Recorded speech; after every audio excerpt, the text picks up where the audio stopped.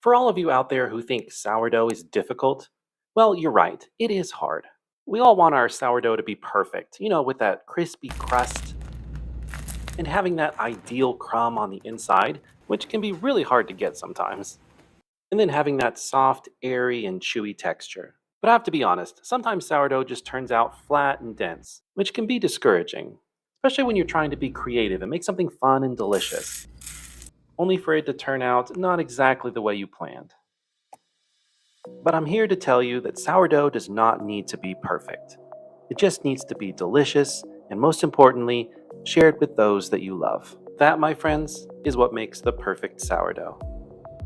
Now, the whole process does have a handful of steps to it, and I'll run you through each of those today, but I want to highlight certain aspects of the steps that I find are most important.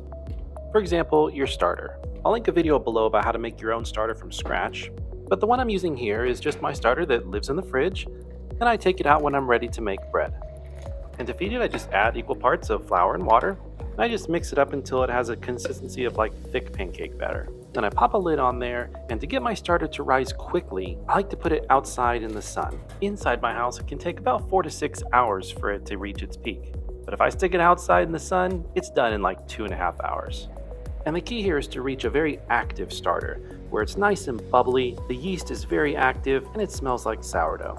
You can easily tell when it's ready to go. And then it's time to make the dough. Now, if you know me, you know I don't like to measure things usually, but for sourdough, I make an exception. Since there are so many variables when making sourdough, it's good to begin with a constant, and that's the dough. So to my bowl here, I'm adding 120 grams of starter, 330 grams of water, and 10 grams of salt. And I'll put all this in the description below for you. After mixing that first part up, I'm adding in 350 grams of all-purpose flour and 100 grams of whole wheat flour. And you just need to mix that up thoroughly. And you can definitely mix by hand here. I'm just using a spatula here because I'm trying to avoid getting dough on the camera. Mix it until the dough looks shaggy, which is a term everyone uses, but nobody actually knows what it means. Then cover your dough with a wet towel and set it aside for 30 minutes. And then it's time to move on to the stretch and fold phase. And this part's actually really important because this is where you develop the gluten and you start building that structure in your dough that ultimately gives you that soft, airy texture that you're looking for in sourdough. So just pull up a side of the dough, stretch it out for a few seconds, and fold it over. And you'll probably do this about 4 to 6 times or so. And you'll notice that the dough starts to firm up a bit even after just one stretch and fold. And you'll want to do this set of stretch and folds about 3 to 4 times every 30 minutes or so. The stretch and fold is important, but the timing is less important, I would say. So just get a couple of sets in as your schedule allows. An alternative method is the slap and fold, which accomplishes the same thing, but you get to slap it onto your counter and have a little bit of fun doing so. I don't know, it kind of makes me feel like a baker when I do it this way. Again, this is to help develop that gluten, and you can see the structure that the dough has developed over this period of time. After 3 or 4 rounds of stretch and fold, we're going to move on to the next stage, which is the bulk rise. And this is just where you set it aside and you let the dough rise to about double its size. Now, if you were using commercial yeast, it would only take about an hour for it to rise. But sourdough is unpredictable, and there are a lot of variables. Just give it some time and be patient as you learn what works for you. The dough in this video took almost 5 hours to rise. Now at this point, I'm going to move on to the pre-shape phase.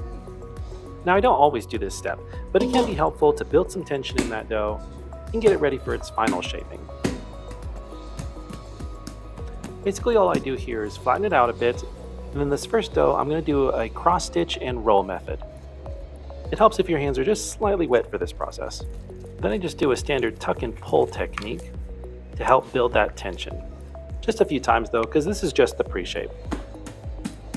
And there are several ways that you can shape your dough. Like this one is a double fold and roll, which is probably one of the easiest ways to do it. And both accomplish the same goal. And after I finish the pre-shape, I'm just going to set them aside and let them rest on the counter under a wet towel, just for about 30 minutes or so. And in the meantime, since I don't have any bannetons, I'm just going to grab a couple of bowls here, 2 tea towels, and some rice flour. I find that rice flour works a lot better than wheat flour when it comes to keeping the dough from sticking to the towel. And I sprinkle on plenty because it's never worth letting the dough stick to it, and you can always dust it off later. Now it's time for the final shaping. So I put just a dusting of flour on the counter, and I lay out the dough. stretching it out just a bit. And I'm going to be using the same techniques as before, the cross stitch and roll up, and then the double fold and roll up.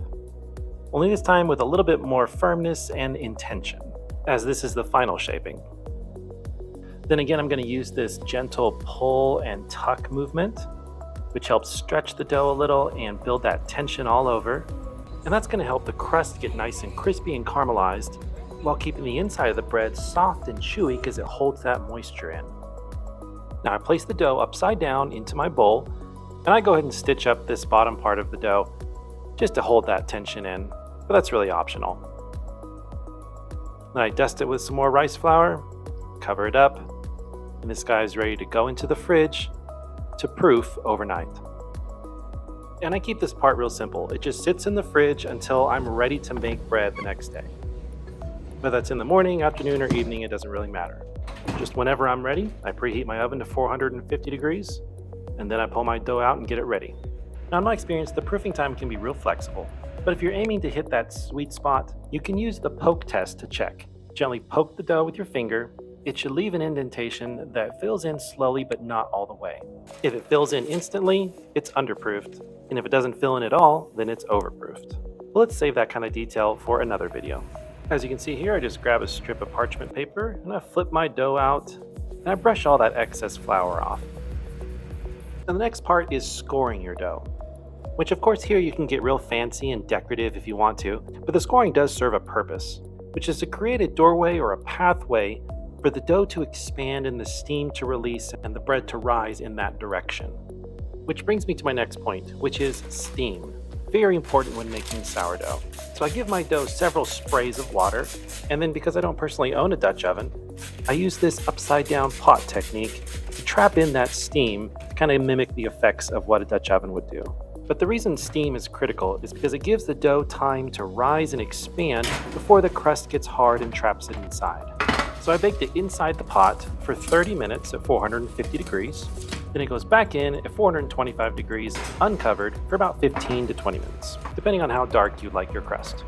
I've been experimenting with different ways of baking without the use of a Dutch oven, and I'll probably do a video on that sometime in the future. But this particular method does work pretty well. And this particular loaf is definitely not perfect. I've seen way prettier than this, but I like what Dr. Peterson says. I have his quote next to my computer here that says, "If you're not willing to be a fool, you cannot become a master." So my message to you is this: enjoy the learning experience of baking sourdough. Celebrate your successes and don't worry about the failures. Just keep producing delicious bread. See, I've already got a new batch here ready to go. Look at that jiggle. So get in your kitchen and make some delicious sourdough for someone you love.